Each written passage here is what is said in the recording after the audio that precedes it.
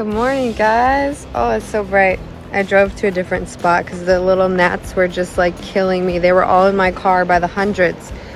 Stupid little bugs, man.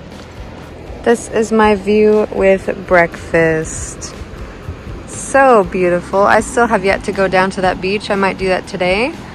Yeah, I have to explore the east side of the island today.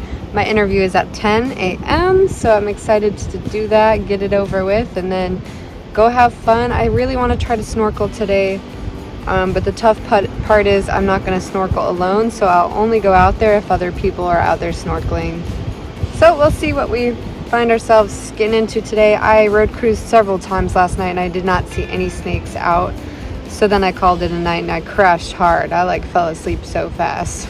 And it was really nice to sleep out there because not a lot of people were out there. No cars drove by all night. They only came in the morning. And joggers. Lots of joggers all the time.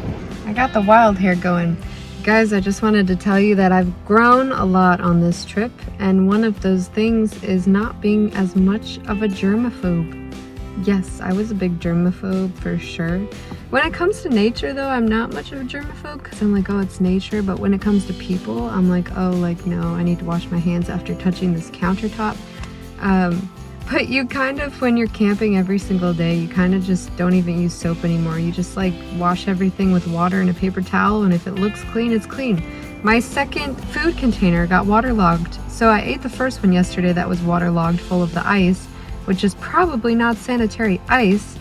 And the second one got waterlogged, but guess what? I'm just gonna eat it anyways because I didn't get sick from the first one. Yeah, you really just don't care anymore. I mean, you still try to be clean, but when it comes to cooking and preparing, you're just like, if it fell on the dirt, whatever. It's just dirt. You experience your natural side of life, I guess. You reconnect with nature. I don't like my hair for the interview. It needs to be washed. Also, look at my legs.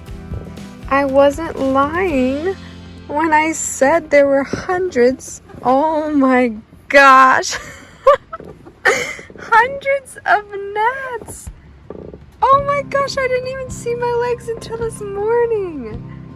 That's a lot of bug bites right there. It looks like I have the chicken pox. My arms have them too. Oh my gosh, that's so funny. So I was collecting more shells, okay? And I was like, wow. I'm like, this shell is so cool. And then I look inside and there's a little creature. Look at his little eyeball. He's watching.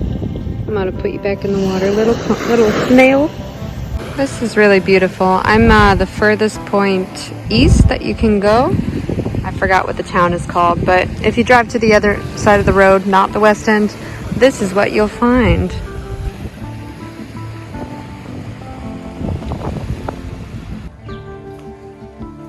Guys, I'm under less than an hour before my interview, so I gotta hide all this so that he doesn't know I'm living in my car.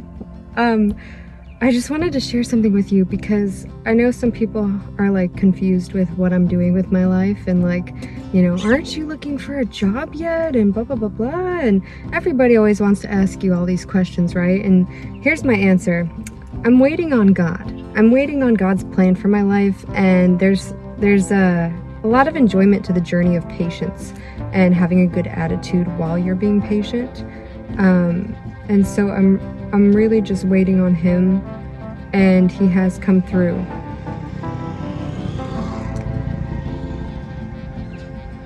There's a person walking by. So this is kind of me sharing a prime example of why I love God so much and why I have so much faithfulness in him, because I know he guided me to Australia, and I've just been trying to go with the flow, be patient, see what he has for me, see what's in store.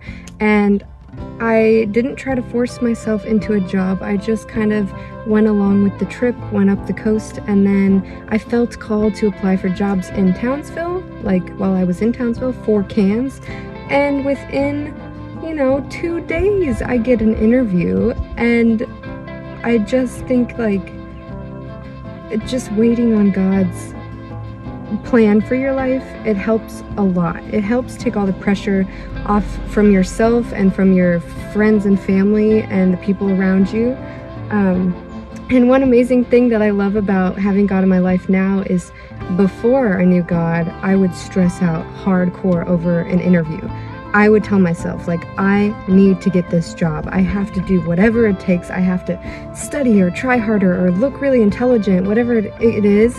And I would freak out and be so nervous and stressed out right before an interview because I just felt like I needed to get that job. Well, after finding God, it helps to know that He's got a whole plan laid out for my life, right? If the interview is in the plan, but the job is not, then I won't get the job, and I'm okay with that because I trust God. Now, back in the day, I used to just think, okay, this is the job. I have to get the job. I don't know what else my life holds, so I have to get the job. And I would just stress out about getting the job. But I really don't need to anymore because if I'm not meant to work there, God knows what's best for me. And being able to trust in a plan higher than your own knowledge really saves you a lot of stress in your life, a lot of pressure. So either way, if I get this job or not, it's still a great opportunity to practice interviewing. It's a great opportunity to meet people, learn about their company, and yeah, just good stuff, good times, just living life, guys. We only got one life, so just go all out and just experience everything to the fullest of your capability, and you'll live a very great life, you know? Still gonna face hardships, but if I don't get the job, then that's okay, you know? Sorry, I'm just talking to you guys because I clearly have nobody with me, so I needed to vent and talk about it, and you guys are going to be the first ones I tell what happens after the interview. I'll tell you how it goes, okay? I do need to clean up my car, though. Maybe I could, like, put the towel over that stuff, and then he won't know that I'm living in my car. It's crazy how many people judge you when you say, I'm living in my car. But like when you're actually living in your car, it doesn't feel that bad. It just sounds bad. Oh my gosh, you guys, I'm sweating like a pig. I'm so hot right now.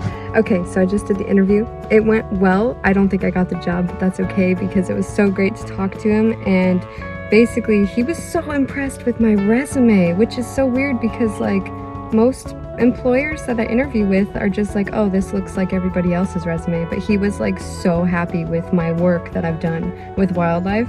And he was such a nice guy too, and so he's kind of going to work with me on this. I have to get a driver's authority, which is like driving a tour bus, I think, and then also first aid and stuff like that. So once I get the driver's authority, he's going to send it to me, then I can call him back and maybe go on like a tour and kind of see what it's like, and then start off small from like maybe 1 day a week or something just to get that experience. But he's also going to recommend me some other tour companies that aren't as like high end. He said the customers are very like high standard customers because they pay a lot of money for these tours.